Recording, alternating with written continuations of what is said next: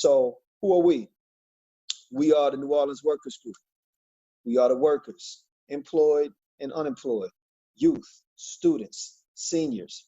We are multiracial, multinational, and organized for the unity of the working class. We're funded by and for workers. No nonprofit strings on us. For the liberation of all workers and oppressed people. We organize for jobs and higher wages, against racism, women's and LGBTQ oppression, and for solidarity with immigrants. We organize for community schools, lower rents, food on our tables. We organize for workers' power so that everything will one day be removed from the capitalist private ownership. We oppose the Pentagon, which is looting our tax dollars and handing them over to war profiteering private companies. While social programs are gutted. We oppose war for empire, which is pursued only to lower our wages and plunder the world's resources while destroying the environment. We reject the monopoly media who feed us lie after bourgeois lie after bourgeois lie. The labor of workers produces enormous wealth here in Louisiana, around the US, and all around the world. So much wealth that everyone could have housing, could have meaningful jobs, could have education, healthcare, genuine equality. But this wealth is stolen and privately owned by the capitalist class for their greed and their profit. We believe that we, the workers of the world, can unite in revolution to overcome capitalism and build a better world.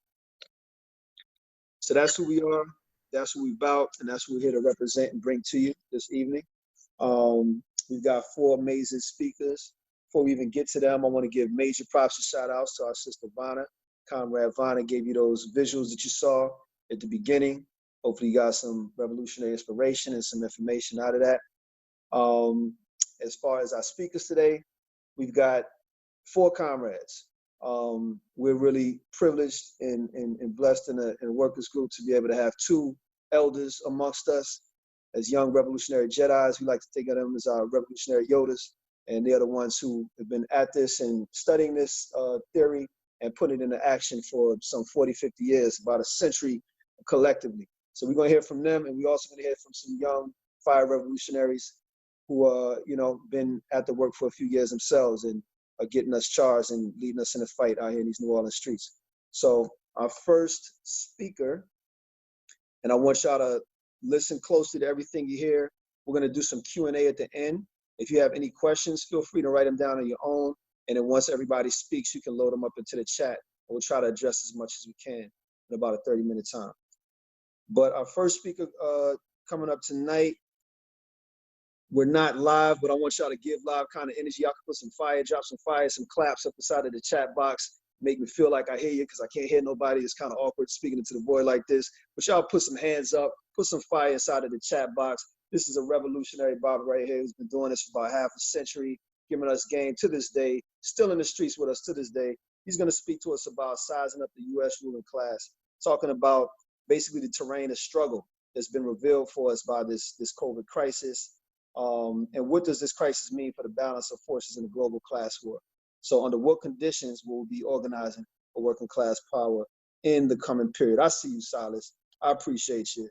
Everybody over there nodding heads, give a smile, give some energy, God damn it. I'm in this house by myself like you are from Carteenville. Give it up for Malcolm Super. All right, we feeling fists. Thank you, everybody, for showing your face. Floor is all yours, Malcolm.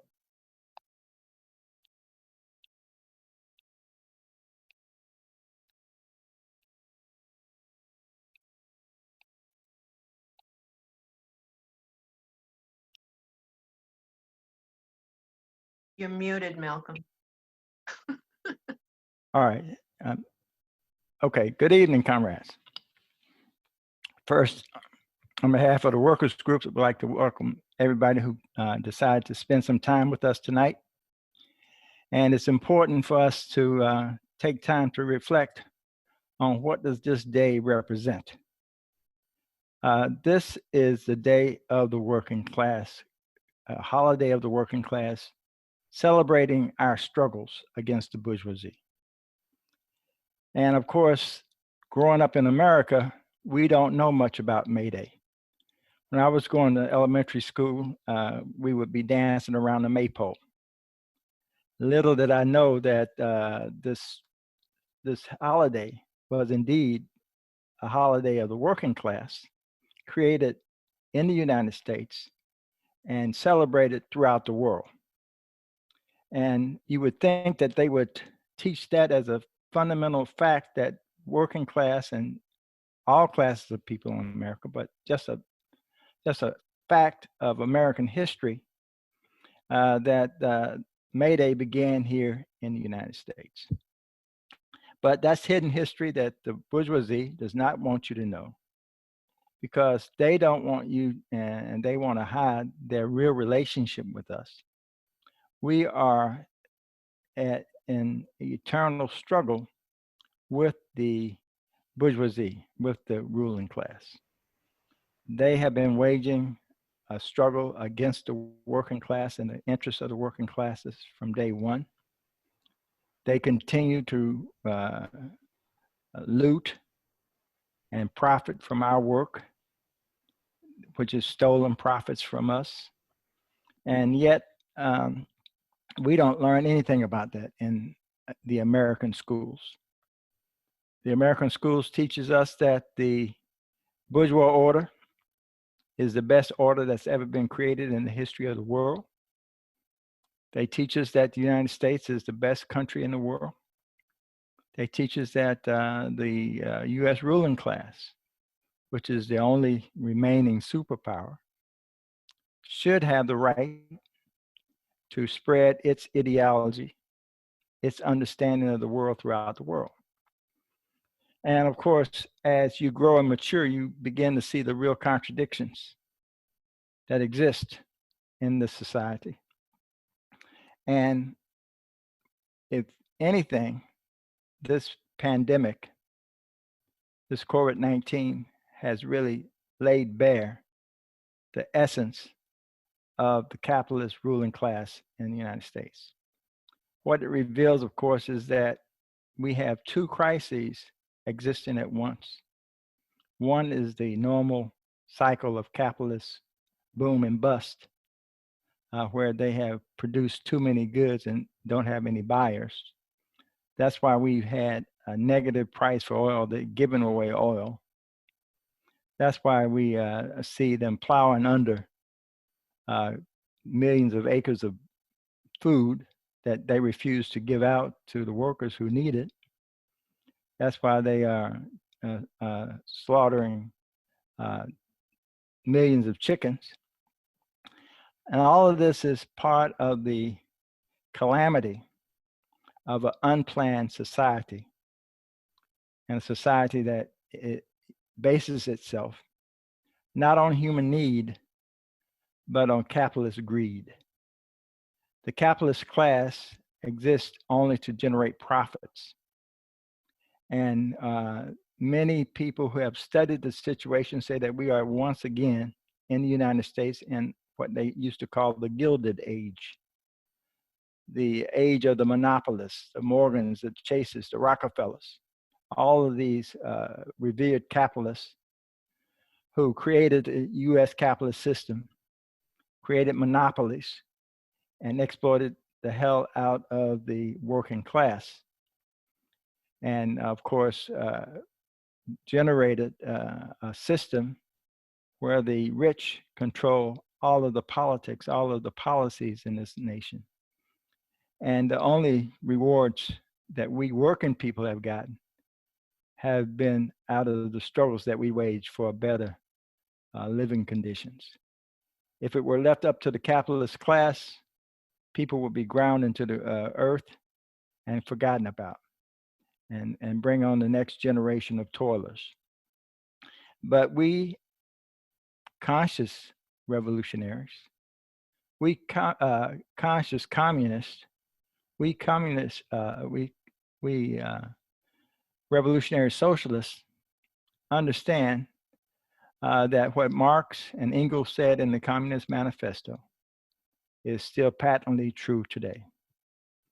That the capitalist order has created two great classes that are at loggerheads against each other, and that one will win out of the other. Currently, the bourgeoisie, the capitalist class, is in control of the state apparatus, in control of the economy.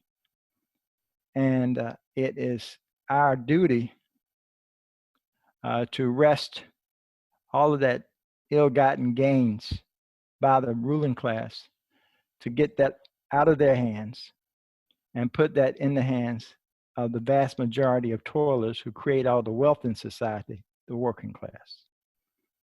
So tonight we are talking about what is the situation of the class struggle in the United States.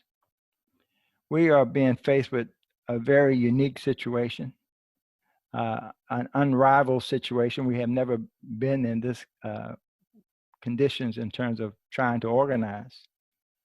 The capitalist class has basically shut down the economy. It was headed towards depression anyway, but that slide towards depression was made even more complicated by the pandemic. And what did we observe about the ruling class in the United States as the pandemic was spreading? They ignored it completely, had no concern with it at all, denied that it was going to hit the United States. And basically, it exposed that we have no viable public health system in the United States. The capitalist class have raided and cut funding for public health. And therefore, when this pandemic got here, the United States was unprepared. The US ruling class was unprepared to deal with it, except to begin to plot and plan how they were going to get more profits out of this situation. And so in order to save the entire capitalist system in the United States, to keep it from crashing, they've decided to spread money throughout the economy so that people can continue to pay rent and eat food and spend money. But of course, in all of that trickery and trickle-down economics that they play, they're bragging about giving working people $1,200 and $600 a week unemployment, yet billions and trillions of dollars are being transferred to the ruling class. They have been feeding at the trough before the pandemic, and they're feeding at the trough once again. And of course, there is no concern whatsoever about the death and destruction that this pandemic is causing. And this pandemic, of course, is a reflection of the class relationships in this country, because the main victims of this pandemic are the older, frail people and the national minorities who, because of racism and capitalist exploitation, are the first, last hired and first fired, and face the worst living conditions, and therefore their health outlook is already compromised. Not because people are unhealthy, but because the rulers of this society have decided to make conditions unhealthy and refuse to fund the social programs which were first brought about by the struggle of the working class to begin with. But we have now been in a 50-year slide against the great achievements of the Great Depression and of the civil rights movement and workers' liberation struggles of the 50s, 60s, and 70s. And they have basically followed an austerity program where they have tried to strip all of the social programs and basically drive the working class back into poverty. And this is a reflection of what's going on today. So this day, May Day, should remind us of the struggles that happened, led by the working class, and the signal achievement of the 8-hour day, which occurred. But we have seen other victories, of course, the great victories of the civil rights struggle, the great victories of the workers' struggle. And all of these have taken place because we stood up and fought. Our problem in this country, of course, is that too many of us have been lulled to sleep with the material goods produced by U.S. society, and we're happy to achieve a car and a warm place to lay our heads at night. But we have lost our will to stand up and look our enemy in the eye and call them out for the fight. And we have indeed been lagging in our ability to organize the class to defend its fundamental interest. And so our plea tonight to you comrades and our friends is that all of us have a duty to point out the shortcomings of this capitalist system and the capitalist class that runs it and owns it and dictates to it what it's done. This is a ruling class that cares nothing about human life. It's a ruling class that cares only about making profits. And as most of you probably know, the top 1% own more wealth than the bottom 99% combined.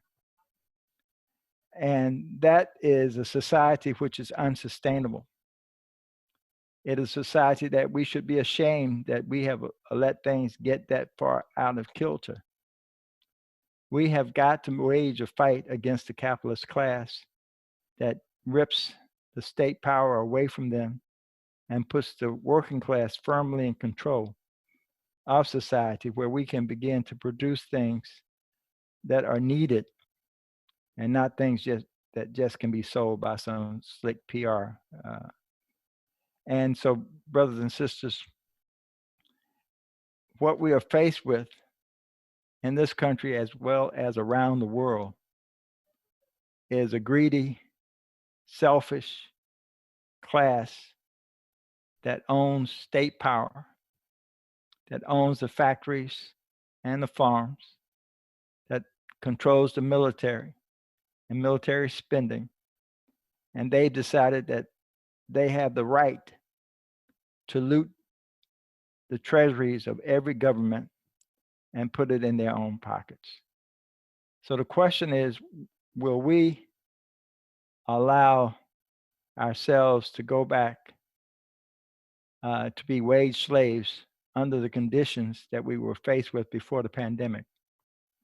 The capitalist class has demonstrated that it does not care about workers dying, about elders dying, but we have to show that we care. And we saw some examples today of workers walking out of many factories because they realized that they had been sentenced by the capitalist class to work or starve, or to work and die. And they have chosen to actually give out death penalties by this new law, new directive from the White House that meatpacking workers have to go back to work, that they are essential, and they don't give a damn that these workers are breaking out with the COVID-19, or that many of them have refused to go inside. But that should be a spark to the workers. And we know what's happening with our healthcare workers. Many of them are going to work every day, not realizing whether they're going to live and die as a result of their taking care of the sick patients in these hospitals. And that should not be. That didn't have to be. But because we have a system that cares more about profit than about people, we don't have guaranteed health insurance. We don't have the ability to take care of housing needs. So we got millions of homeless people across this country. We also know that this pandemic may be a result of the destruction of the planet and its environment. But we do know that the capitalists don't care because they will build their houses up on the mountaintops. They will have their own special medical teams, and they don't care what happens to the working class. But it's time that we took our own destiny into our home, into our hands, and begin to fight back against this capitalist order and spread the word that we are the irreconcilable enemy of the capitalist class, and that capitalist class must be overthrown. Long live May Day, long live socialism. Thank you. Appreciate you, Comrade Malcolm. Y'all could drop some fire in there. Y'all could drop whatever kind of appreciation and love y'all want to in the chat box. We're going to move it right on to this next comrade. We can also give a very warm welcome to. She don't even need the warmth, though. This is a fire-hearted revolutionary right here. Some of y'all on the streets were just now with all of us as she was hollering, "Free the people, jail the pigs." All right. And as a representative of the New Orleans Hospitalities Workers Alliance, I believe that she's going to be able to show us a lot of what Malcolm was talking about on a macro level, on a micro level. What does that look like when we actually get out here in these streets and work with our fellow workers and stand in solidarity with them and see brothers and sisters, from the prisons to the hospitals to the service industry, and all of them realizing that we stand in solidarity with them and know that, if they get sick, we all get sick, as the hospitality workers have said. And if they can't live in a healthy fashion, that's going to affect all of us. So give it up for our next comrade. She's going to tell us as well as anybody could tell it. Ashlee Pintos, go ahead and take the floor, please. Thank you, Quest, and thank you, Brother Malcolm, for leading us off, as always. I first just wanted to say thanks to everybody who was out there today during May Day at our car and bike rally, and also just want to welcome everybody to being part of our forum as we continue a two-part May Day celebration. I came into the work as somebody who's been in the hospitality industry for 10 years. And I came in at the time as a student worker who had, been bought and sold the lie and illusions by the capitalist class that if I just go into thousands of dollars in debt to try to get a degree, that I could, procure a space for myself, and it took till, a few years ago to realize, the truth behind that was a lie. As I came of age and moved to New Orleans, I realized that even if I did continue to go to school, my fate, I would never be that of a cis white rich capitalist man. I realized that through working in the hospitality industry for 10 years and by working with my coworkers and looking around and really assessing my own life, that the type of work that you do says nothing about your value as a human being. It doesn't matter if you work at a fast food restaurant, you work at Walmart, if you're a truck driver, if you're a sanitation worker, every life has value, and everybody deserves to not only survive, but thrive in this world. Under capitalism, we have developed more than enough resources and industry and allocation of those resources to be able to feed and house and educate everybody in the world, maybe 2 times over. And so we know that it's possible.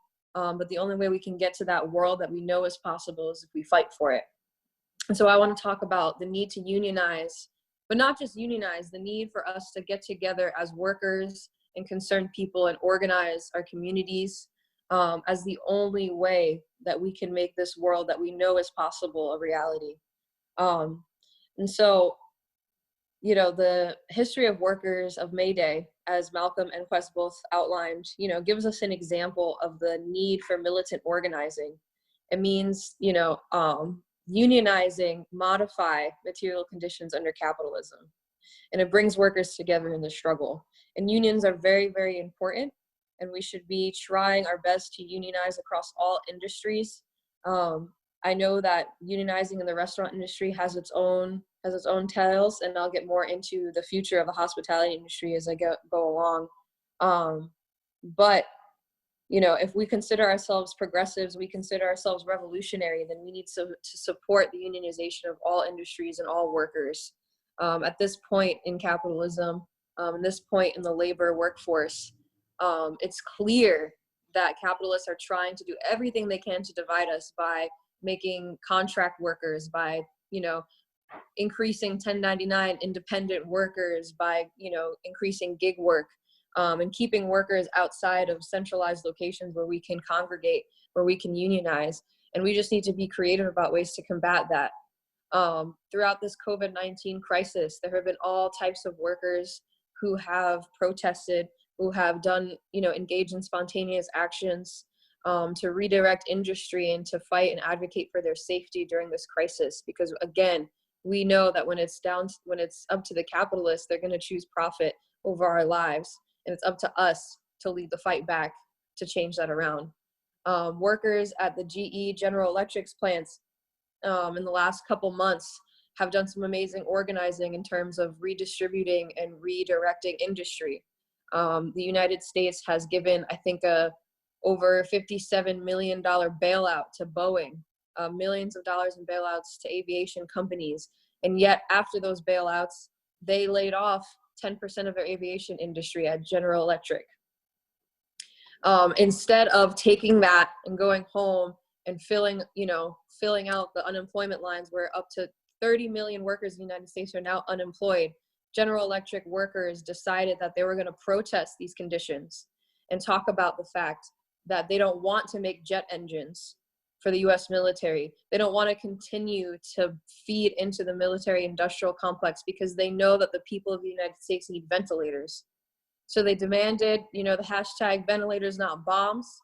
And as a result, GE workers in Michigan are now making over 500,000 ventilators for the United States for the next 90 days. And I think 30,000 each month after that. And I know Gab will touch on this later. When we look at on a global scale, we know that 12 countries in Africa do not have any access to a single ventilator. And so on the global market, you know, as workers on the home front, we need to understand what it means when we say ventilators, not bombs. Not just ventilators for the United States. We mean ventilators for all of the workers of the world, because we know that when any worker anywhere, whenever their life is under threat, all of our lives are threatened. I want to shout out more to the workers at the meat plants. As Malcolm described, Trump on Tuesday passed what they say a Korean War era law that would keep plants open. There are several conservatives, and I'm sure Democrats are right along with them, who are passing laws saying that if workers deny to return back to work, that they're losing their jobs. You know what that is? That's a form of slavery. To say that if you don't work, you're not going to have access to anything. If you do not engage in these poverty wages, if you do not make a decision to protect your life, then you're out of a job and you'll starve. What kind of option is that? Meat plant workers throughout the country have decided to engage in walkouts, and not all of them are unions, by the way. 50 workers at the Smithfield Foods pork plant walked off the job just this week after company officials announced that the plant would remain open hours after they said it would close to contain an outbreak. There's over 100 workers who walked out of there. Over 100 workers, who walked out of Pilgrim's Pride in Minnesota, Cold Springs, another meat plant, to protest concerns about the COVID-19 pandemic. We have about 109 out of 500 employees at Missions Food in Mountaintop, Pennsylvania, who have tested positive for coronavirus. And so that factory that is unionized has a decent amount of their workers who have refused to go back to work, and they're only functioning at 32% capacity. So the current situation kind of outlines the fact that, one, capitalists need workers to make profits, right? And so they'll give us out a $1,200 stipend so that we can stimulate the economy. But at the end of the day, they're the ones who are protesting and writing to local government and officials that we need to end the shutdown because they need us to be sacrificed for their profits. And it's up to us to say no. The second part of that is that capitalists usually rely on a large pool of the unemployed. Capitalists usually rely on prison slave labor in order to keep wages down. And in the coming period, we need to be really creative and thoughtful about the impact that this high employment rate is going to have on the workers and the working class and poor people in the United States and worldwide. Like I said, about 30 million people are unemployed right now in the United States. We have not seen an unemployment rate like this since the Great Depression. And I want to remind y'all that a lot of those great worker struggles and strikes and demonstrations and activity didn't come until after the Great Depression was over. So we need to be really mindful about the fact that we cannot just be trying to unionize. We cannot just be talking about people who have the right to work. We need to come together as the unemployed and workers, because we cannot allow them to divide us and keep our wages down. This is an economic crisis for the capitalist class as well. And when a beast is injured, it's going to attack. And their mode of thinking is to push workers down to the bottom. If they would have it when we got back to work, they would love to sell us off and divide each other for whoever is willing to work for the lowest dollar. This cannot happen. This cannot happen. We cannot allow wages to continue to be brought down. I mean, in Louisiana, we already haven't had wage increase in over 20 years. So I can't imagine, we already can't live off of $2.11 as tip workers. We can't live off of $7.25 as non-tip workers. And so we need to understand that not only is it about if we can get work, it's about at what level is that work going to be at. You know, speaking about the hospitality industry, we don't know what that's going to be like over the next year, over the next 2 years. You know, they're predicting that we're going to have waves of this COVID-19 pandemic throughout the year in and year out for the next couple of years until there's a vaccine. And so for tip workers, that means that even if we do go back, if there's no tourists in New Orleans, you know, if working people can't afford to go on vacations, if there aren't people here who are tipping, then that means that we're not getting nearly the amount that we got before the pandemic. And even that wasn't enough, right? And so we have to really find a way to work together. We need to know the facts. We need to be prepared to really put up a fight back against this. Because if they had it, they would have us working for $2.11 plus no tips. Even union members and union people have been impacted in the hospitality industry. Unite Here, which represented 300,000 largely hotel and restaurant workers, said 98 of its members have been laid off. I know over 60,000 hotel workers in New Orleans have been laid off. I know that my job, I was on thin ice because of my political activity before I left. And now it doesn't seem like I'll be asked to return back to that job anymore. But that doesn't mean that I'm going to take a job for $6 because somebody else refused to work at that wage. We need to find ways amongst ourselves to connect these issues and understand that even if you're not employed due to a capitalist crisis, that does not mean that you are not part of the working class. That does not mean that you are not part of the workforce. And so we just need to be really thoughtful about going into the next period, what we're willing to do, what we're not willing to do, and ask ourselves the question of who else is going to fight for us if it's not us. It's something that Malcolm says all the time, is we need to understand what life is really about, not just what capitalism sells us as a version of life that we should achieve.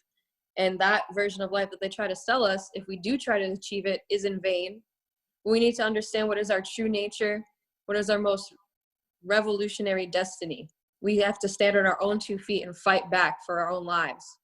It is only organized workers, people, and rank and file military who can put an end to U.S. imperialist war.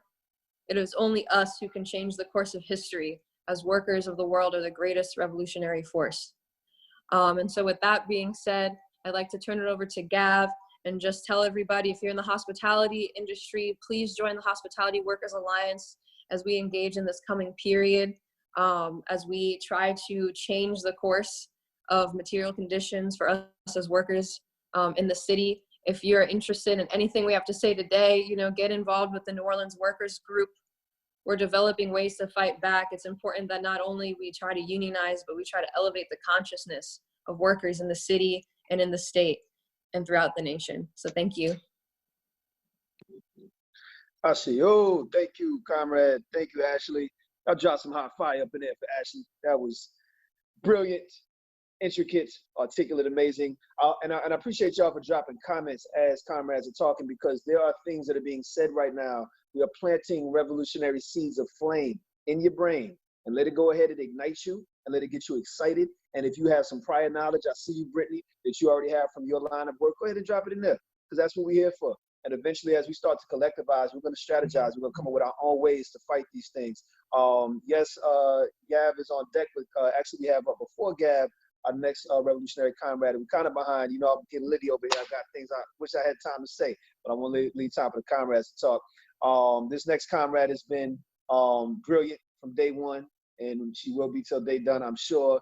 Has educated me over the last few years that I've had the opportunity and privilege to be in community and camaraderie with her. She's going to talk to us about how the crisis drives home the need for national liberation around Black and Indigenous solidarity and all oppressed people solidarity, women, LGBT oppression, all of these things, and make the case for solidarity throughout the working class, particularly with the nationally oppressed. And what does this look like in practice? I want y'all to drop some hot fire for Sally, pretending I got with it. Sally coming on deck. Give it up for Sally, y'all. Thank you, Quest. I can't see anybody, so I'm just going to assume that the applause has died down at this point. I'm just going to go ahead and get started. What this pandemic has really exposed, alongside everything that Comrade Malcolm mentioned about it, exposing about capitalism, is that it has exposed the racism in the capitalist system. Just two major examples that come to mind are the fact that in Louisiana, 70% of deaths from the coronavirus have been Black people. And amongst the Navajo Nation, the death toll is so high, it's greater than 13 states combined. Governor John Bell Edwards mentioned in response to the 70% death toll of Black people here or in Louisiana, that he was going to get to the bottom of it, but I'm sure we all pretty much have a good idea of why that is. Black, brown, and indigenous workers are disproportionately represented in what these jobs that they're now calling essential. These jobs are mostly low-paying jobs, mostly without benefits or sick leave, and they're oftentimes not getting the protective equipment they need. They're being forced to work without hazard pay, without any real compensation for the danger that they're being exposed to. And they have to choose between this, as I think Ashlee mentioned, this and losing their jobs, you know. So this, combined with the racism in the healthcare and health insurance industries, means these essential workers are being treated by the capitalist class as expendable. Meanwhile, in prisons and detention centers throughout the United States, there's a disproportionate number of workers of color. They recently announced that 70% of people in federal prisons have tested positive for coronavirus. Meanwhile, here in Louisiana, we've demanded, of course, that they free them all, that we had this motorcade protest a few weeks ago making that demand, but so far very little has happened, and they've previously announced plans that what they would do was send the sick to Angola, one of the most notorious prisons in the United States. So it's hitting workers of color on all fronts, and meanwhile, when they try to get access to testing, they don't find it in their neighborhoods. When they try to go to the hospital for help, there's a history of racism in the health industry and the health insurance industry, but also the history of medical experimentation and other forms of racism in the health industry have dissolved the trust that people should have in our medical industry, in our doctors and so on. The most infamous, well, perhaps not the most infamous, but one of the most famous examples of it is the Tuskegee experiment, where Black people were intentionally infected with syphilis. And of course, there's been a long list of other horrors and other experimentation that's gone on. And at the same time all of this is happening, that's preventing people of color from getting the medical care they need or overexposing them to the virus. The capitalist class, with Trump as their awful mouthpiece, is out there blaming China for this pandemic, in order to distract us from the fact that they are, of course, the ones making this so much worse. Their lack of response, their placing of resources in every place except for where we need it, and they're the ones, of course, who created the healthcare system that is not so much there to provide healthcare, but to really just decide who lives and dies. And the right-wing groups that are backed by the ultra-rich, like the DeVos family, have been putting people out in the streets to demand reopening of the economy. And we know that if this happens, once again, disproportionately, Black and brown workers are going to be the ones that are affected by it. This is not to say that white workers aren't affected by it, of course, but that because of the racism in the system, people of color are disproportionately affected. And we have to make it clear that no worker is expendable. The capitalist class wants us to think that. They want us to sit by passively as our fellow workers die. They want us to think that, you know, it's okay that people in prison are facing these horrible conditions, or that because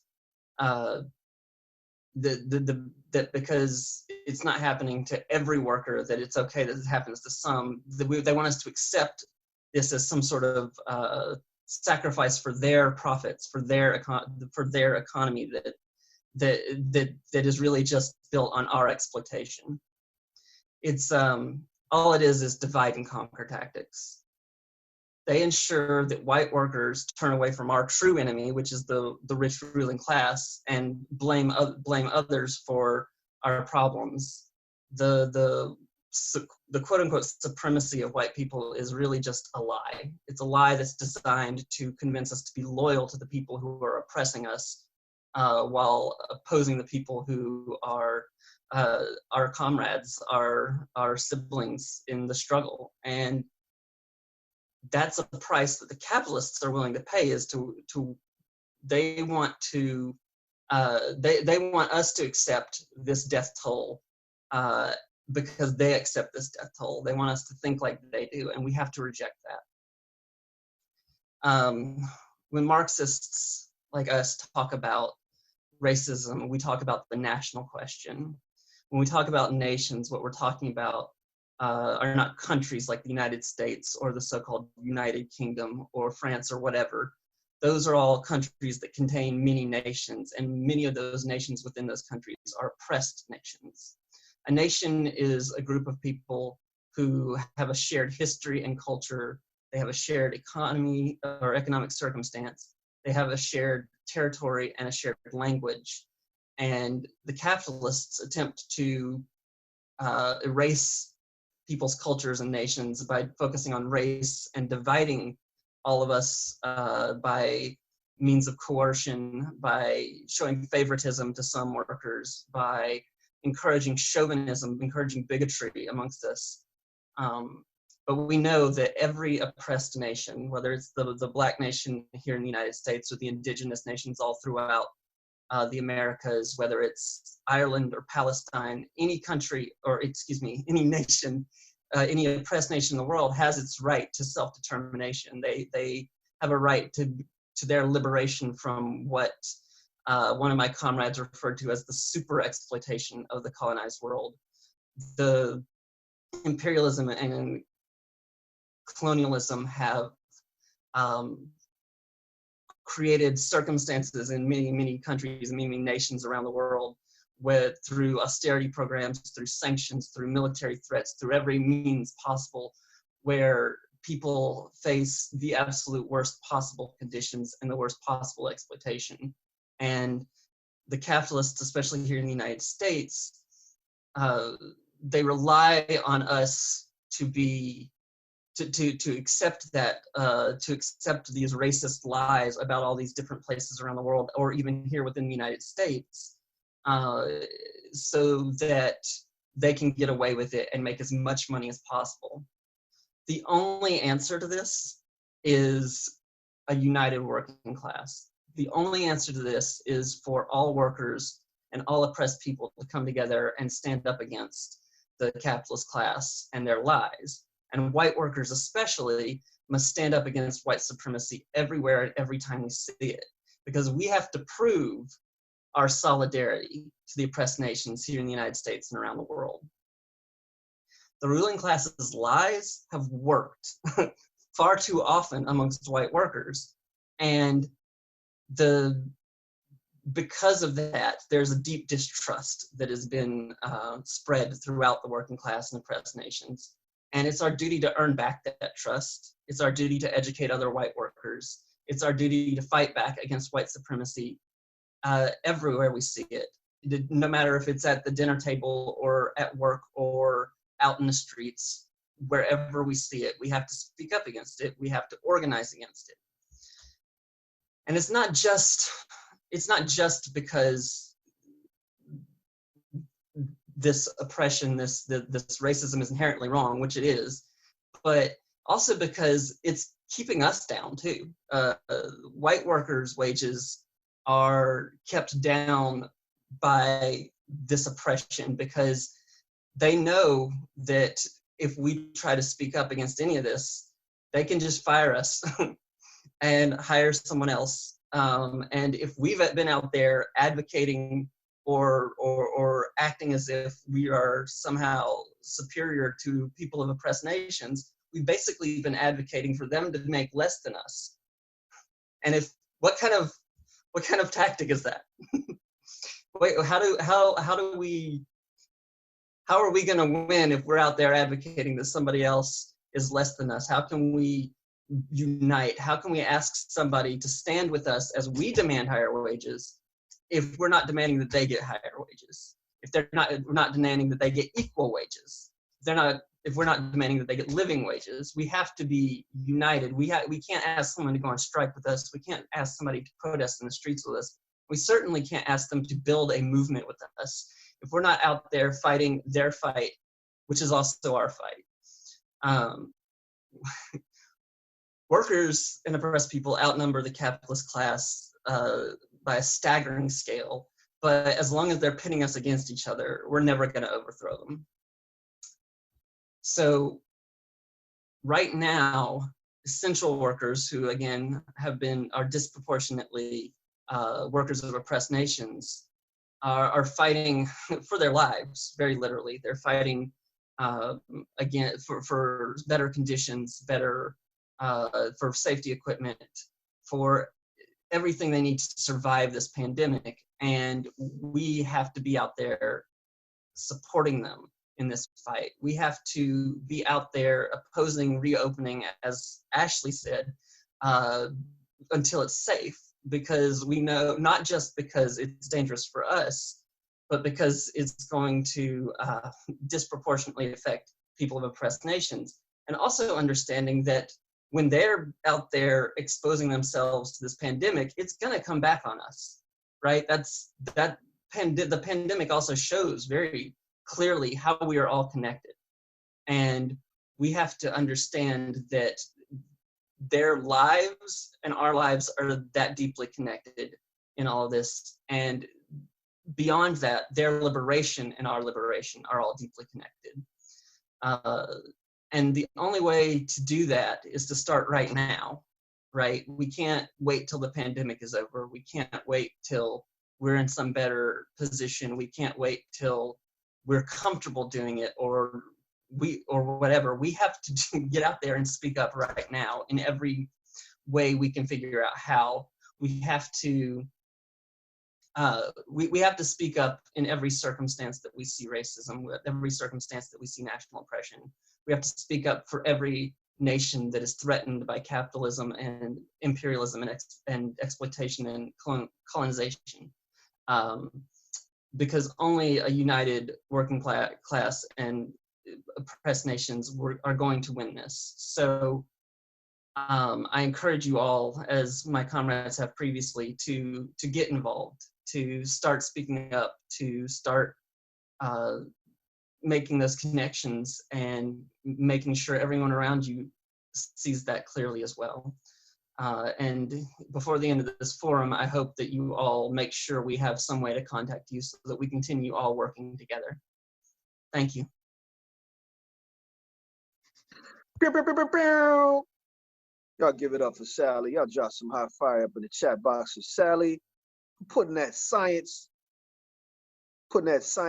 Marxist-Leninist lens on white supremacist racist oppression, helping us see it for what it actually is, for the tool that it's used as, and breaking it down so that it no longer has to be broke. All right. If we work sick, you get sick. It's never been more manifest and more visible and palpable and tangible and actual than watching the ritual in class puppet string these tools of working class white folks to go out in the streets to fight to go back to work where they gonna get sick and and could potentially die. All right, and fighting to get black and brown workers, especially the most marginalized amongst us, by these national oppressions, to be forced back into work in ways that are gonna directly affect them and potentially their lives. And so this has always been the case under capitalist oppression. I think Sally broke it down perfectly. If you lower the wage for one, that means that I don't have to pay you as much neither. They've been doing that since slavery and before. But now that sick mentality is an actual physical sickness, an actual virus, whereas you force black and brown and nationalized oppressed people to go back to work and they get sick, and then we're gonna serve it right back to you. So you're welcome. We could all have oppression, but we could all have liberation, but you can't have it both ways. Our last worker, comrade, who's going to speak, is always talking about the need to organize white workers out here in Louisiana. And, if we could get 100,000 of them to hear what Sally just said, she might just get a wish. She is another Yoda of the movement, another movement mama who's been out here about 5 decades making it happen, still gets in the streets with us and still educates with us. She and I co-teach a class on Friday nights. That's something else y'all can check in with us about. This is our second session of classes. Malcolm and Ashlee lead the other one on Saturday mornings.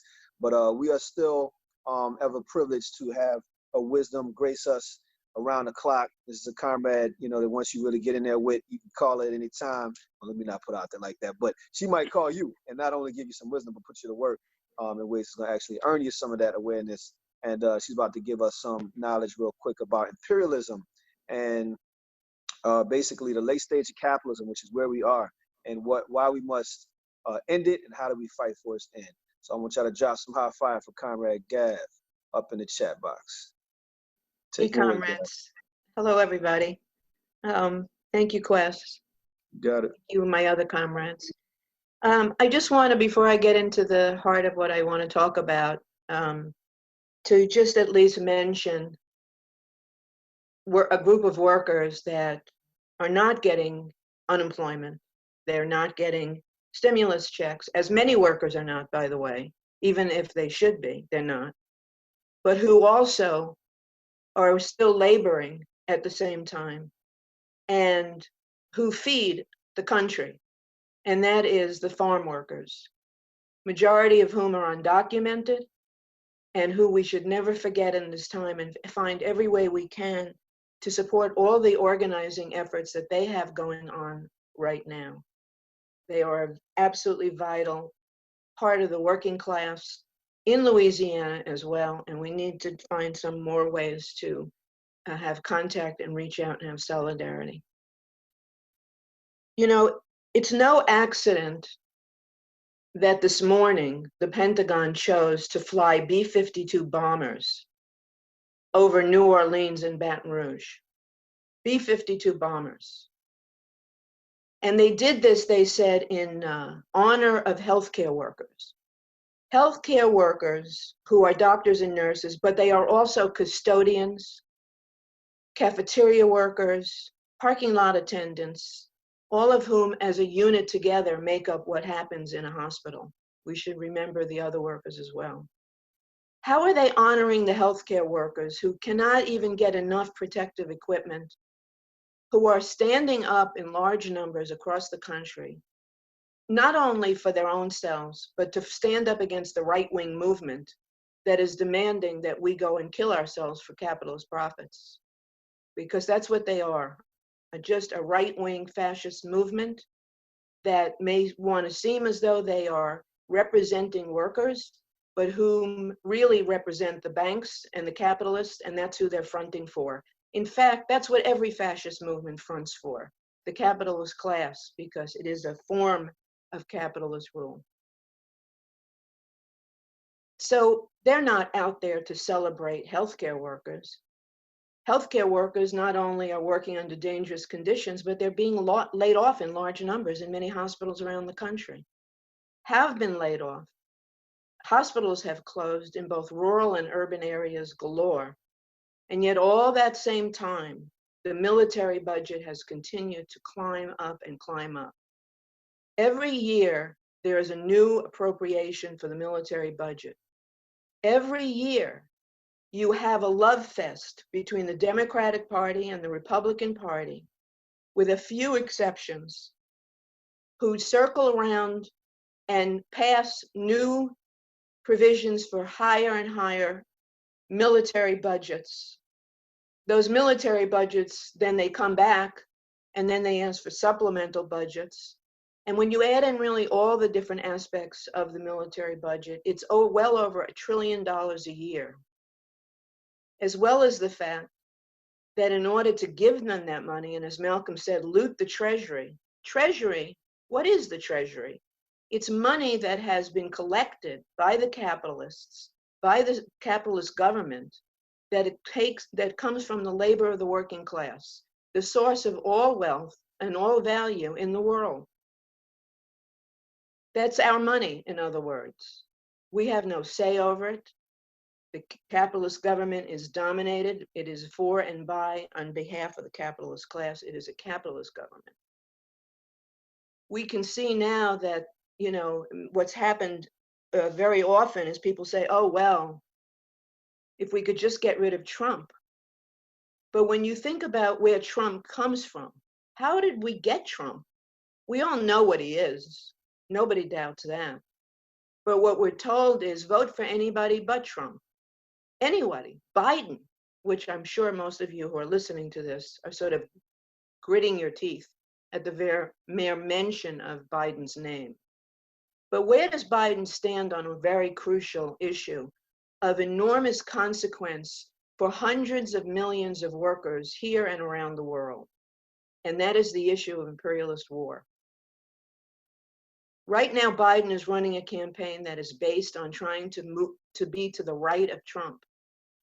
As he puts out a commercial that declares that China is the greatest enemy of the world, and that something has to be done about China, that China is responsible for the pandemic, that it is stealing technology secrets from the US. What a joke that is, as the US has the biggest spy force to steal technology, labor, and resources from everywhere around the world. So when they have this flyover in the military, they're sending us a message. They're on May Day of all days. Why it was no accident they chose May Day, because they knew a lot of workers would be thinking about what are we going to do. They want to try to intimidate us, which they're not going to. But they also are trying to build up a sense of patriotism and a pro-war sentiment for several reasons. 3 particularly. 1, as a distraction against us really blaming the capitalist ruling class, the bankers, and so on, for what's going on. 2, the fact that the capitalist economy is extremely heavily based right now in military industries. The way that the capitalism has developed over the years, it has more and more transferred over both to exploiting other countries and other labor forces and moving factories and production abroad. Although, make no mistake about it, there is tremendous amount of production, both industrial and service, that still goes on in the United States, which still has a huge workforce. But they have shifted over, and because what does capitalism think? They say, I will produce anything or do anything that nets me a profit. They don't produce food. That food is just a commodity for them. If you and I or people around the world cannot buy it, they'll throw it in the rivers and they'll let people starve to death, because it's only about making a profit. It's not about making food. The same thing with healthcare. The same thing with everything that they do. None of it is about human need. It's all about having a capitalist economy, a commodity that they can sell and make a profit. So what was the easiest way for a sector of the capitalist class to move in order to make profit? The military industries. Companies that were car companies like General Motors and Chrysler that were considered quote unquote civilian producers, exploiters, but civilian producers, have now all moved heavily into military operations. The airlines, which were always subsidized by the military, as was the oil and energy industry subsidized by the military, are the same way. There are millions, literally, of contracts given out to everyone under the sun for military production when they can't get money for other things. It is really eating up so much resources, not only of what the workers have produced in the United States, but as Malcolm referred to, of forcing countries around the world, as a bomb is a capitalist commodity. And so the IMF, the International Monetary Fund, and the World Bank tell other countries, well, we'll lend you money that you wouldn't need if you had a socialist society, but we'll lend you money. But in exchange, you have to agree to austerity measures on social programs, and you have to agree to purchase US commodities. They've done this all over the world. And the biggest commodity that they have forced upon countries of the world have been military items. You and I don't buy bombs, governments buy them. And so they forced them into the situation around the world so that the US, one of the biggest exports that the US has at this point, is military weaponry around the world. It has become a cash cow to which they are addicted.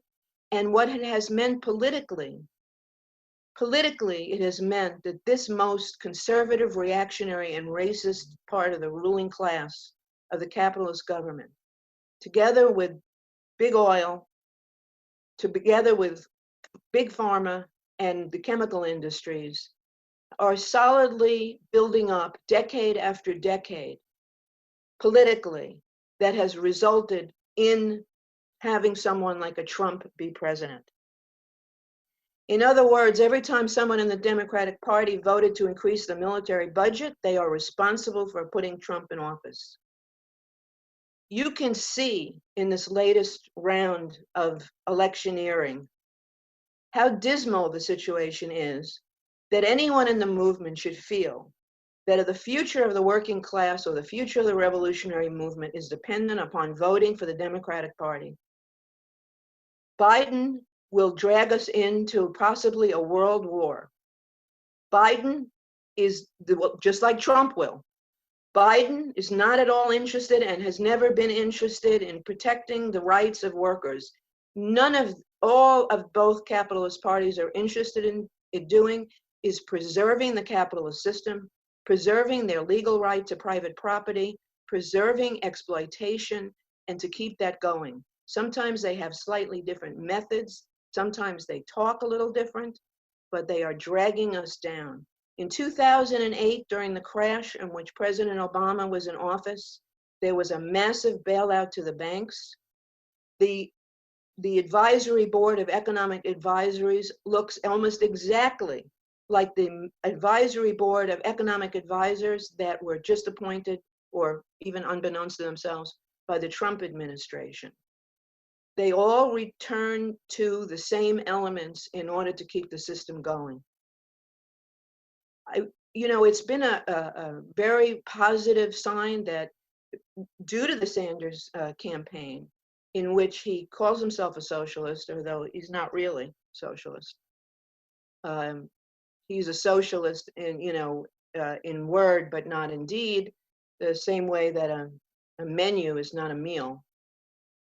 And in all the years that he has been in Congress, has gone along many times, not always, but many times, with the military budget as well as US imperialist wars against other countries, as have almost all the other candidates, especially Biden. So in 2008, we were told that President Obama, he was going to be the anti-war candidate. But there wasn't one single solitary day of his 8 years in office where there wasn't US warfare carried out. Drone bombings, other bombings, the destruction, putting coups in place, fascist coups in place in the Ukraine, destruction of Libya, and on, the continuation of the Afghanistan war. But he did have the ability to try to quell the movement, and as opposed to having another Bush in office, which would have accelerated the movement.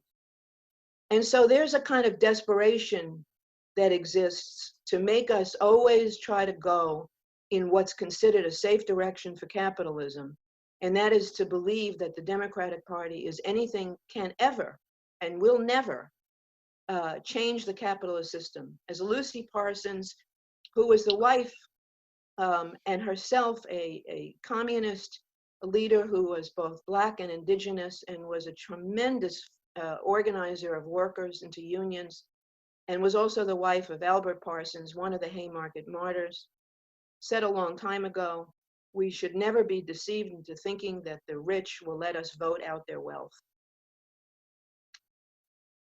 But we know that, so now there are thousands of people, wonderful people, especially the youth, who came into that movement, really hoping for socialism, really hoping for a change, really wanting to get out the white supremacist maniac, Trump, whom we all hate. But yet, the end result was been to herd them back into the Democratic Party rather than independent politics of any kind. Now, the same thing can be said that it is really a great step forward that amongst all those people, plus millions more who never, bought into the deception, have turned their attention in many ways towards the workers, towards recognizing that the capitalist system is rotten, that there is a class society and there is a class struggle going on every single day, and who raise and bring up and herald and praise workers' struggles of all kinds. But what has grown up alongside of that have been those forces, liberal forces or others, who then preach, well, if we're going to organize the workers, we can't talk about white supremacy. We can't talk about militarism and imperialist war. We can only talk about the basic necessities of life. Now, don't get me wrong. Our organization, back at the beginning of March, posted in our paper a set of demands on behalf of the working class that did get expanded, but also included things like these, basic necessity demands that the workers needed. All of us have learned how to and have fought for organized unions, organized communities to fight for necessary demands, but not to deceive anyone into thinking that this is how we're going to really have a just society. As Malcolm said, it's been 5 decades where everything has been rolled back by both Republican and Democratic administrations. So we have to make sure that going forward, that we don't view that any issue of concern to the working class is not an issue for them, that can't be explained and expressed. Maybe you have to think about your explanation and your language and so on like that, but we have to couple our work for a guaranteed income, couple our work to say that if there's a vaccine, it's got to be available not to everyone, including the whole world, and not just in the United States. We've got to be for including all of the workers, be they undocumented or any prison workers, in any program and necessity to make us able to live and survive this, to speak out against the landlords, but we also have to speak out against the theft and the looting of the military budget. And also we have to speak out against the possibility and the threats of a greater imperialist war. War that has never ceased in any of your lifetimes, I bet, for one even single solitary moment. And that warfare takes place not only with bombs, it also takes place with sanctions. With sanctions are an act of war that is directed to impoverish and murder the masses of people. like they're trying to do in Venezuela and what they've tried unsuccessfully to do with Cuba and so many other countries around the world. What is in this for workers? These are rich men's wars. These are capitalist wars of domination, of greed, of sucking the lifeblood out of the workers. It is estimated right now that 1.5 billion workers around the world are out of work. And we need to explain to workers here that we are a globally connected labor force. Our labor has been socialized. It's just the means of production that is privatized, and that's what we have to overthrow. I tell this story often about a great friend of mine who was a steel worker in Buffalo many years ago, dynamic, communist, and leader of the Steelworkers Union and the workers knew him for what he was, and he was much beloved by the workers. And they fired him, and the workers walked out of the plant. 20,000 workers walked out. They then proceeded to hold a giant union meeting to talk about what they were going to do. And right in the midst of the union meeting to discuss this fight back, some worker ran up the aisle and said, "We've got to go back to work. The Korean War has just been declared." A Korean War, a war of nothing but imperialist domination and enslavement of the Korean people, a war that murdered millions and millions of Korean people and that leveled almost every building in North Korea, a war that separated Korea as two different places for the first time in their 600-year history. But the workers went back to work. They bought into the idea. They believed the lies. They were not prepared to stand up to this. And so we cannot have a situation where now those who have suddenly turned to the working class are going to tell you, the new revolutionary soldiers of the new movement, that, oh, well, don't raise these issues to the workers. As most of my comrades know, I've spent most of my life in the struggle, doing union organizing, labor work, working on community issues, and so on. But never have I tried to pull the wool over the eyes of any workers and tried to deceive them that that alone will change this society. We need workers because workers need to get organized and have solidarity and feel a sense of power and gain class consciousness. But unions only modify the conditions of exploitation. They do not overthrow those conditions. So I would say to everyone here that in our work, we need to pledge ourselves to bringing to the working class all of the issues. Every struggle of the workers eventually becomes a political struggle. And never forget that the Bolshevik Revolution of 1917, that one of the greatest factors in why that revolution happened was their opposition to the imperialist World War I, which killed 29 million people. And the fact that the workers, the peasants, and the soldiers were fed up with the imperialist war. This will happen too, but not unless we bring it to them. They are trying right now to whip up a war against China. They have got their aircraft carriers off the coast of Venezuela. They carried out a coup in Bolivia. We have to bring these issues along with the economic issues to the workers in a way that, of course, can inspire and make people feel. We should never feel that the capitalist class we are unable to defeat them. Remember, a lot of the things that they rely upon, even in their military work, is computerization. And remember that computerization is built by workers, and that workers are the ones that know how to use them. And if we're in that position, then we can take them down. They can fly their B-52 bombers, but they cannot come up against the great might of the organized multinational working class globally. We have to stand for the unity of all workers around the world. Workers and oppressed unite. Long live May Day.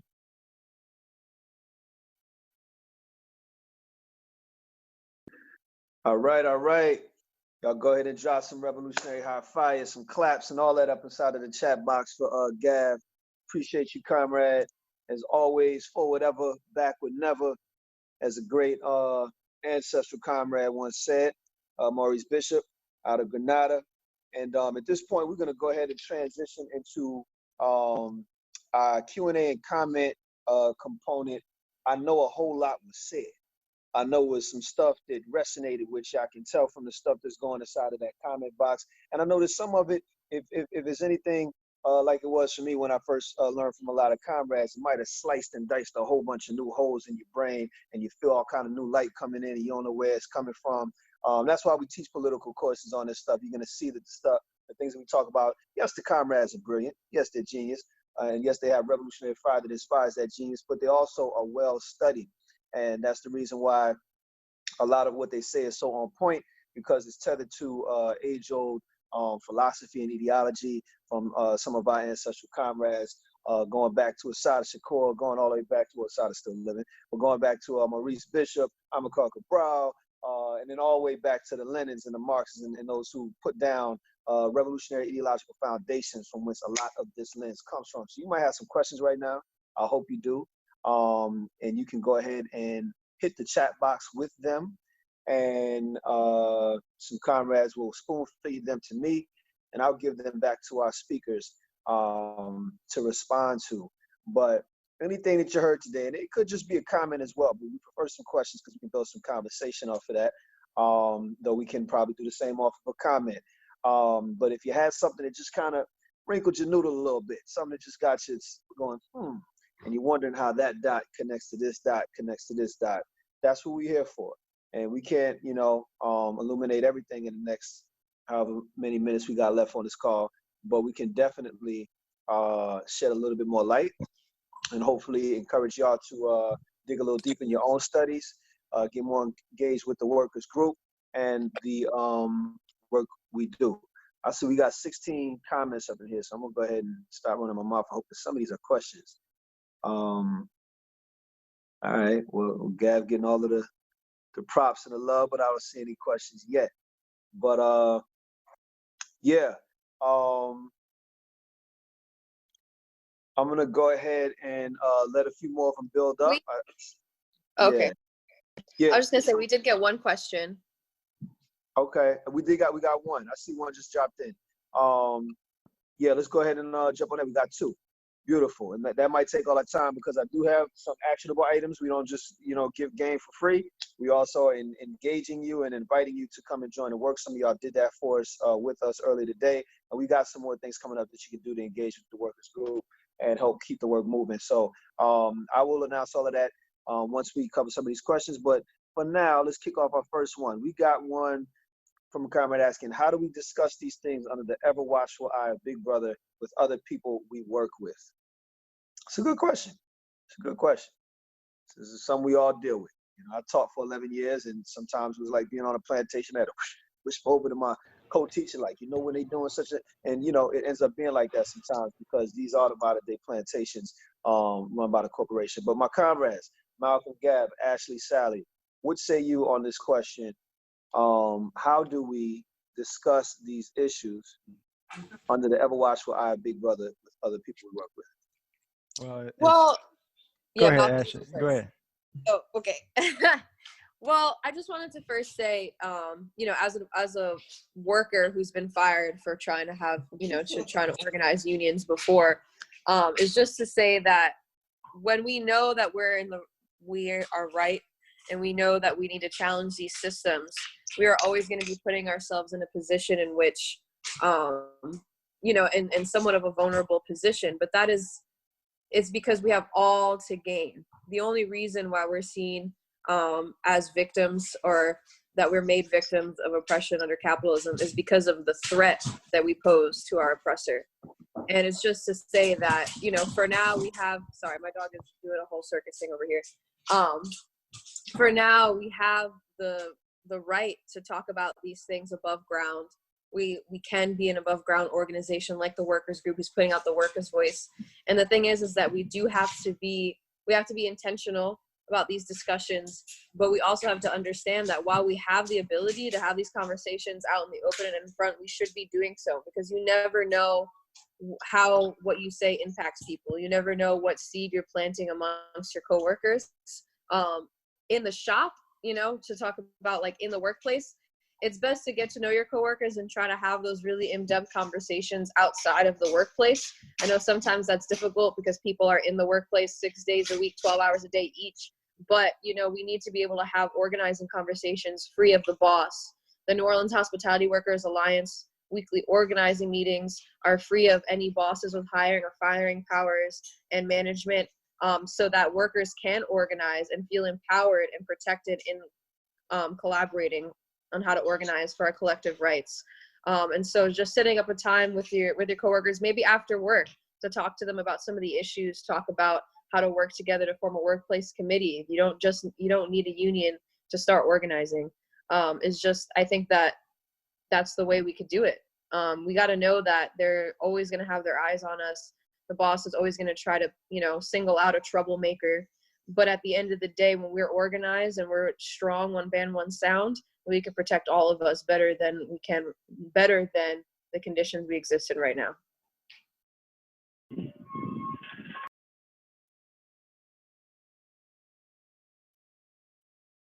Malcolm, you went on mute. Yeah, Malcolm, go ahead, man. You can You're step good in. now. Okay. Yeah, we should assume that the state is watching our activities. Anybody who's engaged in revolutionary activity understands that the police and the state apparatus are trying to save the capitalist class, and they are being paid to spy on us, to report back to the bosses. And in that situation, all we can do is keep on pushing. As Ashlee said, you know, we're above ground right now, but of course we have to understand, you know, this whole Zoom thing, you know, we don't know who's watching this stuff. And free conference calls. And I always wondered, how in the hell is it be free without somebody getting something out of it? And of course, we do know that the NSA listens on everybody's telephone. And so the state has developed its apparatus to spy on us. And we have to step up our activity to say, yes, we're proud to be communists, we're proud to be socialists, and we're proud to say that we're here to end your rule. And so we have to have that kind of attitude, while at the same time we are cautious about who we bring around and what they're about. So we need to get to know people and see what they're about. But in the main, we cannot stop fighting. And knowing that there will be casualties on both sides, but we want to change the equation so all the casualties are not on our side.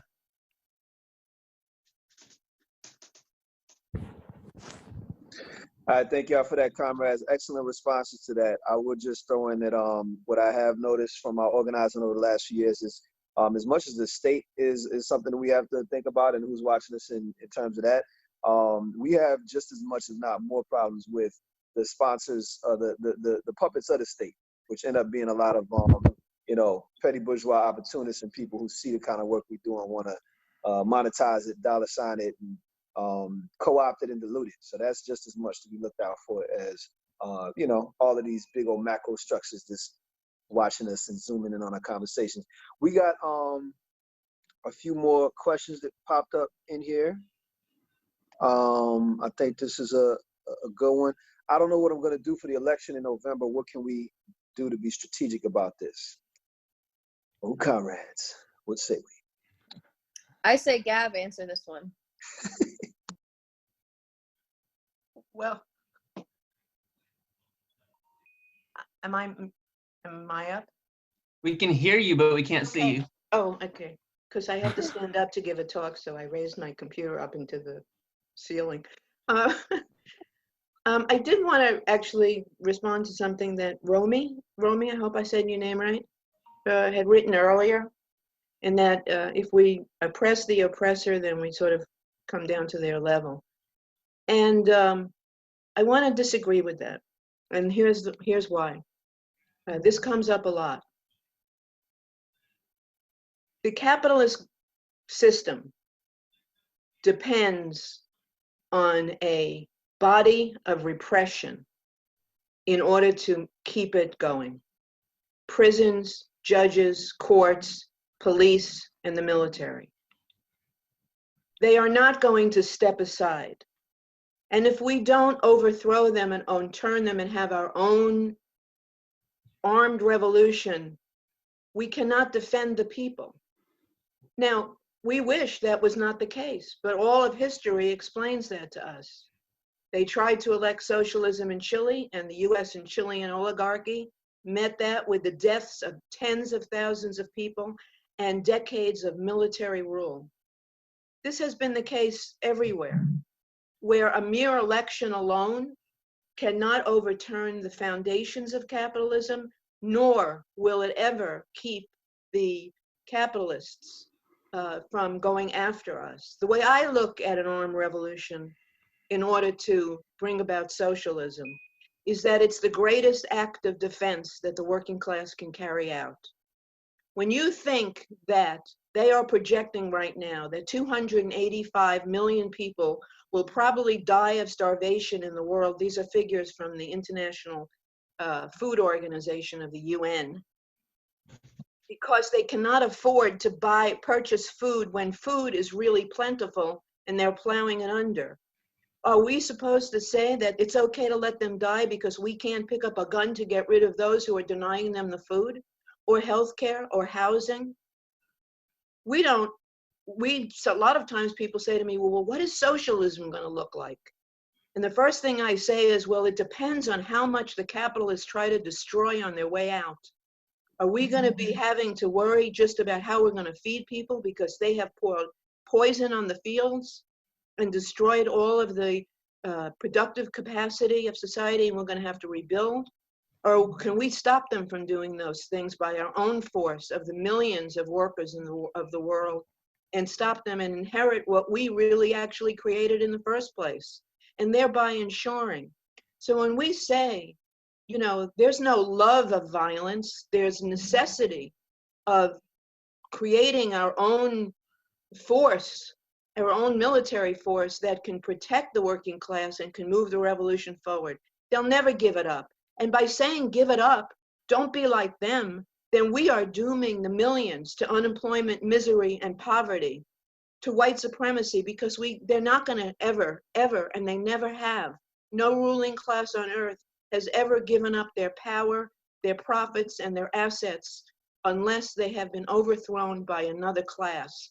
And in our case, we can finally have a revolution where the oppressed actually can take power, as opposed to just changing from one oppressor to another. And we have the responsibility to humanity. We have a responsibility to the planet itself to fix what they have done to this planet and every species on it. We have a responsibility to not be afraid and stand up and do whatever it takes to get rid of them, and to put all that is possible into the hands of the working class and oppressed people of the world. And we can do that. We can't do that without sacrifice. We can't do that without organizing. But we cannot sit back and say, well, I don't want to be like them, so if I won't pick up a gun against them, and I won't be like them, but in the meanwhile, 100 million children will die of malnutrition and starvation because the capitalists have stayed in power. I think you've got to look at it from a different point of view, that what we are fighting for is a society where eventually, not only will we not have police and militaries, we won't even have production of these things. But we have to get rid of them first. We have to overturn the foundations of society to put everything into the hands collectively of the working class in collaboration and unity with people of the world. And then we can stop all that. We can build a new society out of those ashes of what they have done to people.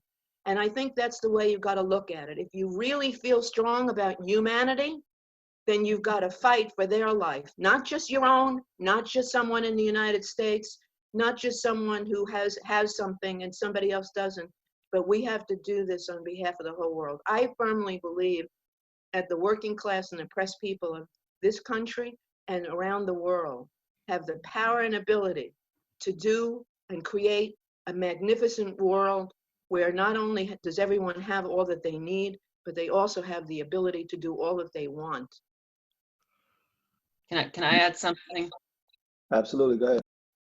So I saw that Romy has said, you know, after the revolution, what they meant was that after the revolution, they didn't want us to turn around and enslave the capitalists or something. And I just want to address that the capitalist class, first of all, is a very small number of people. When we talk about the capitalists, we do mean the very few people, the billionaires, the people who own tremendous amounts of wealth, and land and factories and so on, the people who control the corporations. After a revolution, we don't know exactly what it's going to look like. As Gav pointed out, we don't know how that's all going to turn out. But the oppression of the capitalist class isn't going to look like the way the working class is oppressed, right? Like we're not going to take those 3,000 people and make them work to enrich 7 billion people. That wouldn't even be numerically possible. It just means preventing them from continuing to use their power and their wealth to take from us, to you know, like to prevent them from spreading their lies, to prevent them from continuing their ownership of everything. You know, taking all that private property back could very much be seen as a form of oppression of the capitalists, but that's not the same as the oppression of the working class or oppressed nations. That's reclaiming what was already ours. Right. More precise term, we will be suppressing the capitalist class. We're suppressing them to make sure that they don't come back. We know that the capitalist class has millions of connections, have always had support in the military, and that these people will go back on their old habits and try to create problems for the new society that we're trying to create. And so we would say that anybody who preaches oppressing, exploiting, and private ownership would be suppressed. We won't have you discussing that. We won't have you advocating that. And that would be like putting out a fire. So it's suppression. Right. And I just want to point out, you know, when Gav talked about, you know, when socialism comes, that we don't know what conditions we'll have or what reproductive forces we're going to have to employ. You know, we don't know what the capitalist class is going to do to food supplies. They might, you know, poison land and crops. Like, that's not just conspiracy theory. That literally happened after the Russian Bolshevik Revolution. The capitalists and landowning people who didn't want to nationalize industry would rather burn crops, as they have capitalists do in the United States here, would have them rather plow food into the ground so that the people couldn't have it. And so we can learn from that and understand that from history, that not only will they fight till the end to keep their power, they will do everything in their power to sabotage the capability of socialism to provide for humanity. I don't know if Quest wants to take it, but I just want to go back to when we started this. We also were trying to answer the question, where did it go? I don't know About the elections. Yeah, the election. What can we do to be strategic about this? I think that what we have to understand most about, specifically, you know, what we can learn from the second time that Bernie did not get the presidential nomination ticket, and, you know, the second time that Bernie has, oh, I'm so sorry.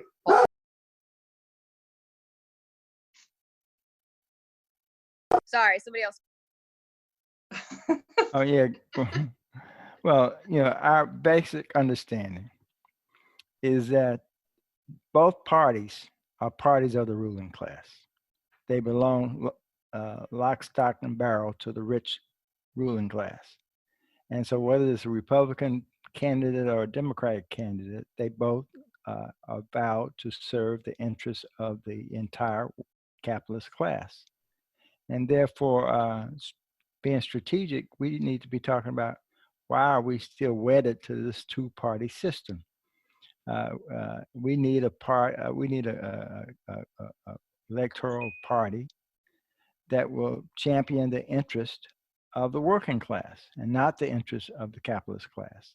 So we would say that strategically, we should be trying to build a labor party in this country that's made up entirely of working class people, funded by working class people, and has a platform that represents the interests of the working class in terms of recapturing some of that surplus value stolen from us and making life conditions better for people who live in the United States and around the world. Absolutely. Thank you for that, comrades. Yeah. Unless anybody, go ahead. You got What more my to say? dog was trying to say is that electoral politics will not get the goods. We need to understand like the full, you know, a lot of people like to quote Malcolm X and say, you know, the ballot or the bullet, but Malcolm X was never about just the ballot. And while we understand that having the fullest democratic freedoms for workers and people in this country is definitely within our interest so that we can fight further, that is never the end game. It's never going to be, that we cannot reform the system from within.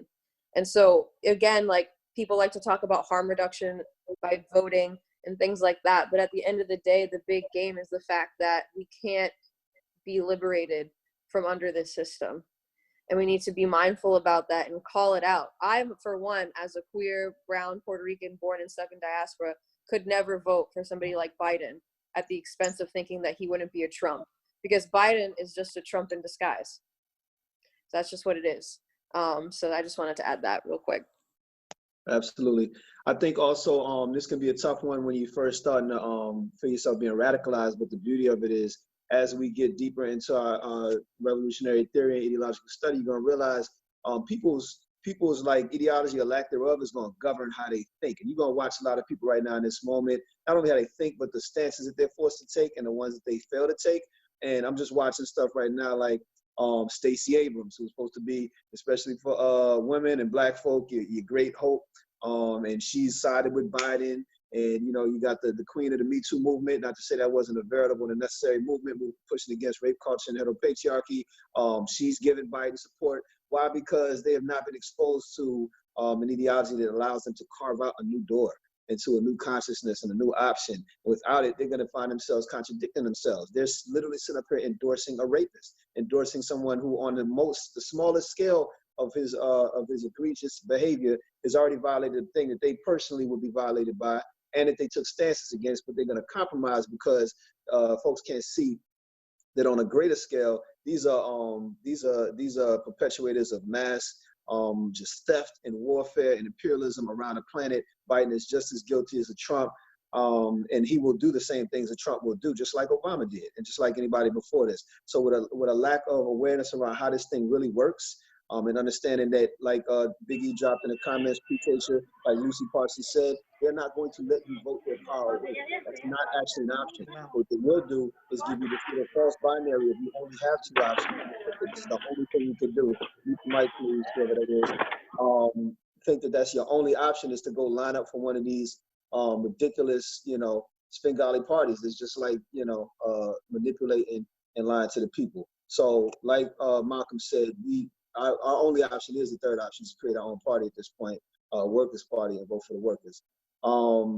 We had two more questions. I'm gonna let Gad chime in on this. And then, Quest, could I say something? Yeah, go ahead, Gad.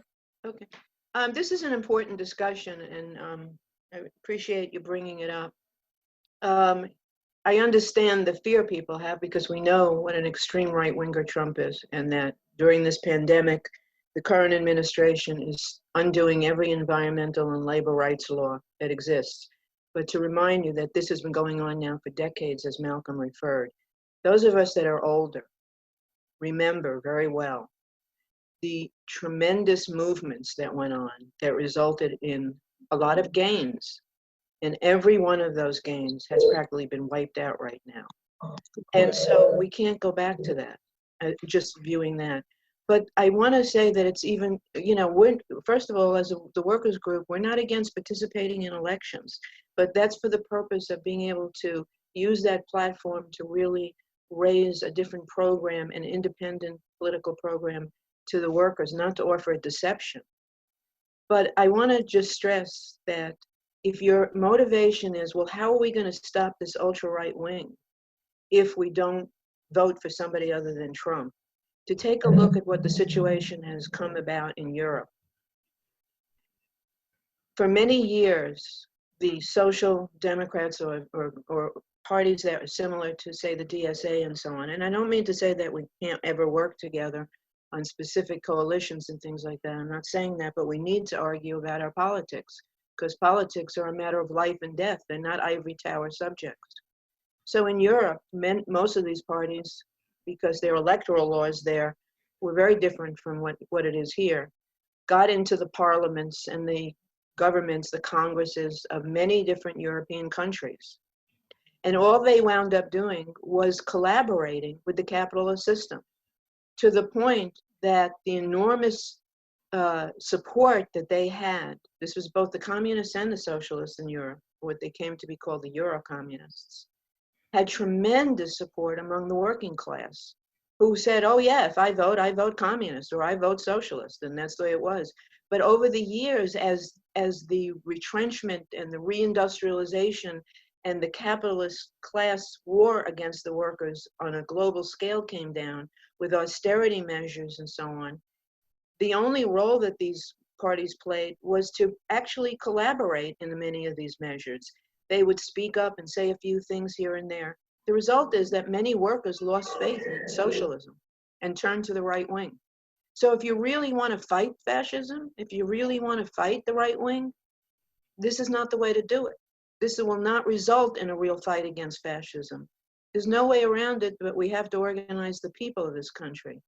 And also to remember, no matter who's in office, if the movement is strong enough, we can push them back. We can't overcome capitalism unless we overthrow the system, but we can certainly push them back. I always say, when the Supreme Court of the United States said that the Civil Rights Act was constitutional, there were 3 members of the Supreme Court who were in the Ku Klux Klan, and they all voted to uphold the constitutionality. And why is that? Because the people were in the street.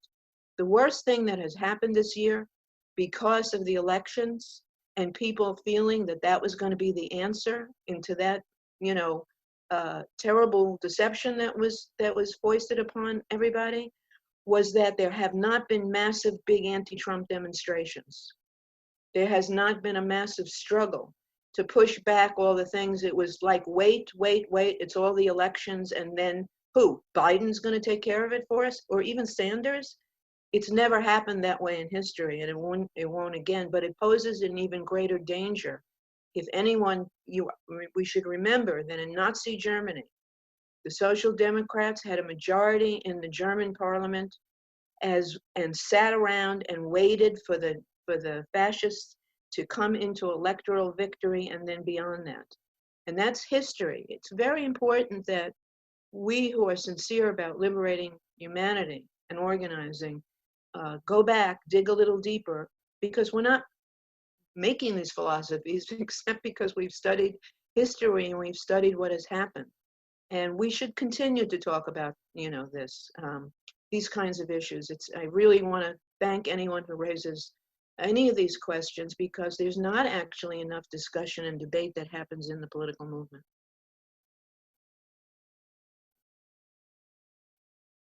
Absolutely. Thank y'all, comrades, for going in on that one. I know that could be such a line of demarcation for folks. You know what I mean? We scared to jump out that boat because it's what we was raised in. That boat got all kind of holes in it and it's sinking. And so it's a perfect time to jump out it. We way over time, y'all. I want to just put this last question up, even if we don't get to really respond to it, and hopefully a comrade can or two before we get out of here. But our comrade in the workers group, who's really trying to undertake a struggle himself right now at his workplace, posed this question, Adam, and I want to go ahead and put this up because I think it's a lot of where we're trying to go ultimately.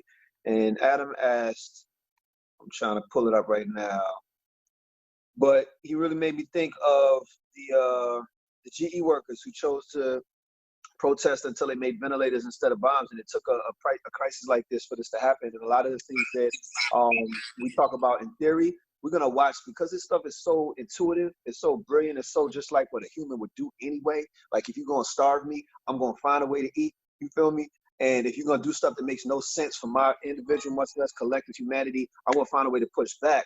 And that's what we're watching those workers do up there when they made this demand. It actually helps everyone. And so, Yet the struggle is, how do we get workers to go to that vanguard level of engagement, even when we're not in a pandemic crisis? So Adam asked, the most vulnerable workers are also often the most conscious, as we've seen up there. But because of their conditions, they are afraid to risk their jobs. How does one build the conditions for mass organization so that they feel assured that their action will give way to alleviation of their living conditions? We live in a city with a 53% poverty rate. That's a dire straits question that we all need to be looking into, where folks are already pushed up against the wall and should be ready to resist. But it's just because of that poverty rate, there's just as much reason why many have been made to be submissive and silent and complicit with their oppression, because they're scared that the poverty will be even worse if they fight back. So what do we have to say on that, comrades? Well, I just want to say the question was exactly, sorry, I just missed it. Where'd it go? Sorry, I just went over it. How does one build the conditions for mass organization? The conditions that necessitate a mass organization already exist. We need a mass organization because of the dire straits that most of the working class, specifically in New Orleans, are existing in. And the answer is, I mean, if we look up and we look back in history at all of the major strikes and demonstrations and, you know, efforts that workers and people have gone into to push back, there's organizing amongst those communities to support the strikers. You know, we want to see, you know, during the COVID-19 pandemic, we've seen a lot of mutual aid come up. Well, can you imagine what that would be like if we were supporting the hospitality workers who were striking? If we had, you know, 100,000 people or the other 300,000 people in New Orleans just donating $1 a day to support strikers, we would be able to help people and alleviate that and feed people who are fired because of their jobs or who are not working. If we make demands on the local and state for workers, that would be ways to alleviate them. And, you know, it's not our, like, you might not convince somebody in a single sentence or in a single conversation that getting into workplace organizing is going to eventually alleviate some of the material conditions and some of the struggle that they're undergoing. But the struggle will teach them that, and continued conversations and exposing the capitalist class for what it is. I mean, what are we existing in now is the question that we need to really analyze. We need to be really honest about how we've normalized our oppression, how we've been conditioned to normalize the fact that $7.25 an hour, which is not a wage that anybody can live off of realistically, because it also gets taxed, how that's been normalized to be acceptable, how we've been able to swallow that for so long. Because the thing is that, yeah, we might be putting at risk, somebody might lose their job, which, by the way, if the strike or the organizing is strong enough, you can sometimes get that person's job back. You might lose your job, but at the end of the day, what was the conditions for that job? Have we had enough yet? Are we willing to stand up on our own 2 feet and fight back? Those are the questions. The community and the power of the people is how that we can help each other and alleviate as we push forward in the struggle. All right, thank you for that, Ashley. Anybody else want to chime in? I'm gonna let this be the last comment because, yeah, we definitely want to close out some actionable items and get a little bit over time. So anybody else?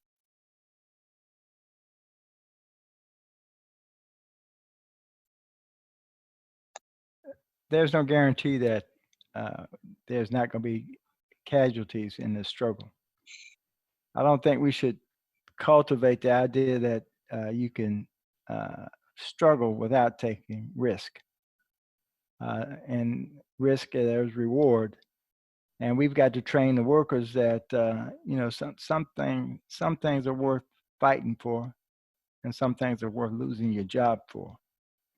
And we would try to raise money to help anybody out who gets canned because of activity around organizing.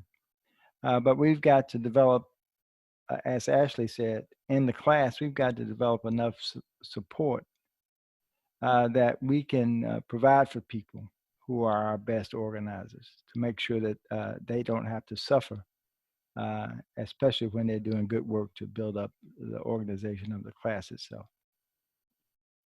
Just one small point. Workers who are now taking actions, which may not be the entire workforce, but who are walking out of jobs, whether it's meatpacking plants or Amazon, These are workers who last couple of weeks ago would not have done this.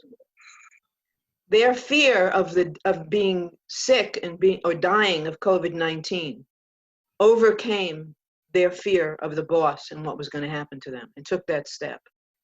We can't create that situation. We can talk to workers. We can be paid, you know, whether it might happen in a week and it might not happen in several years at any one particular place. There's no blueprint for this. But I remember years and years ago when I was a telephone operator, and the conditions were absolutely horrible, really bad. Were really bad. And people would say, and I would describe them. And people would say, I don't understand why people just don't rise up. And I'd say, well, you don't understand oppression. But once something happened, a woman, one of my coworkers, she actually died on the board because they wouldn't let her leave. And that was it. It was never the same after that. It just, that one incident, just everything that those of us who were organizing were saying made sense. And we started organizing like crazy after that. Things will happen where workers will overcome that fear when they feel that they have no other choice of doing it. And the more that we can show them that other workers here and around the world are doing that, the better off it is. You know, have faith. The class struggle is growing.